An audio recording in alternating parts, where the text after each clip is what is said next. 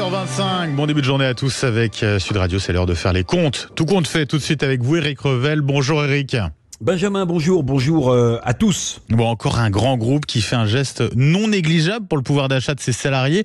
C'est dans le secteur automobile, Stellantis qui va verser plusieurs milliers d'euros de primes par salarié, Éric.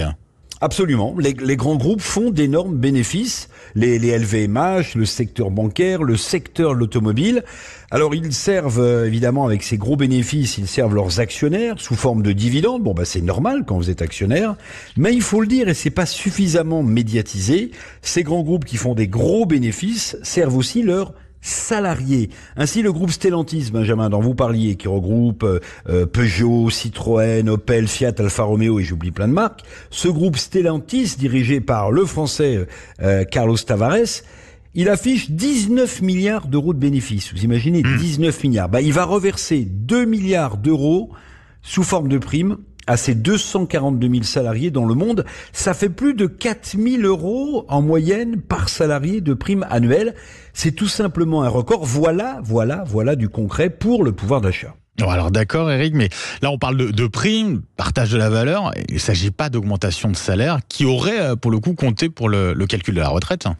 Ok, je prends le point, Benjamin. Une prime n'est pas une augmentation de salaire, sujette à cotisation retraite.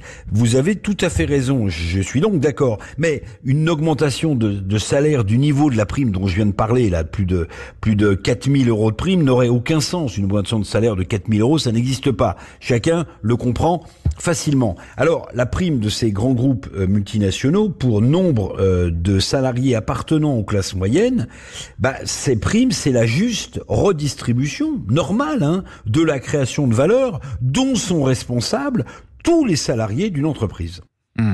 Alors justement, à propos des classes moyennes, Éric, on a le sentiment un peu parfois que les entreprises ont la capacité finalement de faire plus pour le pouvoir d'achat que tous les discours politiques. Ah, les politiques et les classes moyennes, ça, vous avez raison.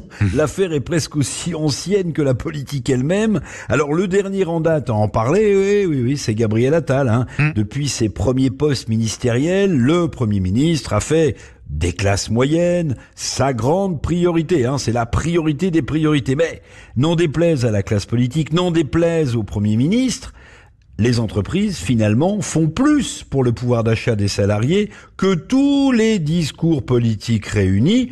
Finalement, les Français l'ont sans doute bien compris. C'est aussi sans doute l'une des raisons qui explique l'actuel divorce entre Français et la politique. Merci beaucoup, Éric Revel. Tout compte fait. Très bonne journée à vous, Éric.